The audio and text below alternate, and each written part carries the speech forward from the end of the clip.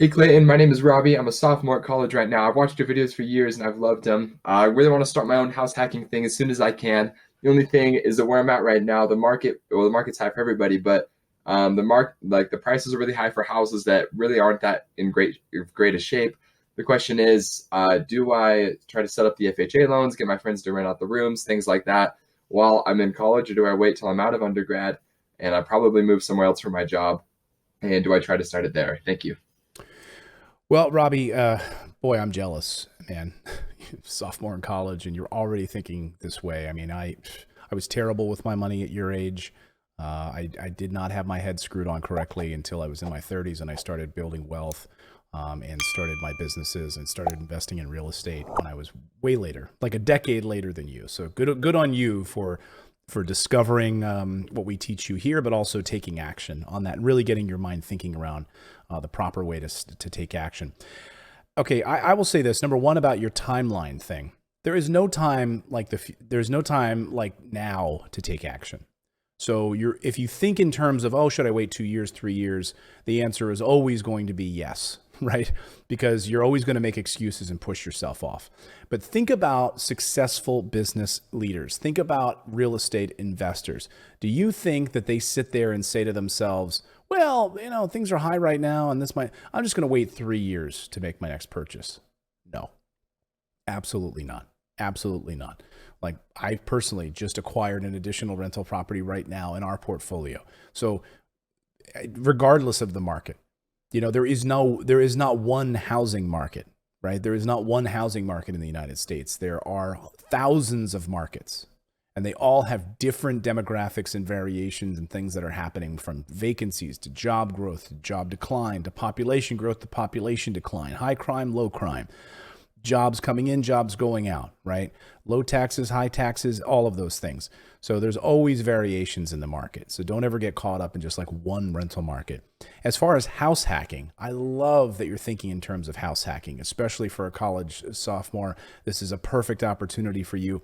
Even if you can find something that, okay, needs a little work, you can get bank financing, find a property that you can get that, yes, needs a little work. Maybe you can get it for a good deal right now. Maybe you can get it for 70 cents, 80 cents on the dollar. You're going to have to do some upgrades in the property. You're going to have to fix it up. Great.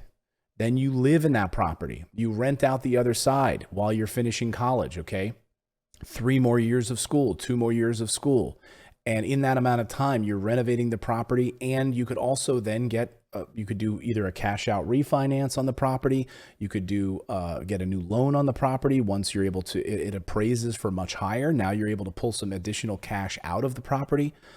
But there's all kinds of things you can do right now, right? You said, oh, I can't find properties that are great in great shape. That's okay. As long as you can get some additional financing so that you can even fix the property up. So working with a local bank to say, look, this property is not in good shape. I'd like to acquire it for this price. This is what I've negotiated with the realtor, et cetera. This is what I'd like to get it for. Will you finance this? I'd like to put in about $20,000-$30,000 worth of work. Would you be able to fund a construction loan on the property? Hire the right contractors while you're living in the property. You're in college. Like, you don't need a lot of stuff right now, right? You don't have 3 kids. You don't have a dog like mine yapping in the background, right? You don't have to worry about that stuff just yet. And so I know when I was in college, like, I had all the energy in the world. Put in that time, attention, and effort right now. Work with the local bank. See about getting a construction loan. Fix up the property. Rent out the rooms. And then if you move for a job, you don't have to live in this property. Now that becomes a rental property for you that you could own for years. Move out of that property. Move 100, 200 miles away. That's still your first rental property in your portfolio. And then as that value appreciates, you've now done the construction work on the property, you've turned it into a gem. It was once an ugly duckling. Now you pull out home equity line of credit on it, or cash out refinance, and pull that equity out of that property and roll it into your next rental property. Rinse and repeat it. Buy another, duplex or a quadplex and house hack that one where you move for your first job, and rinse and repeat. And man, you are on your way.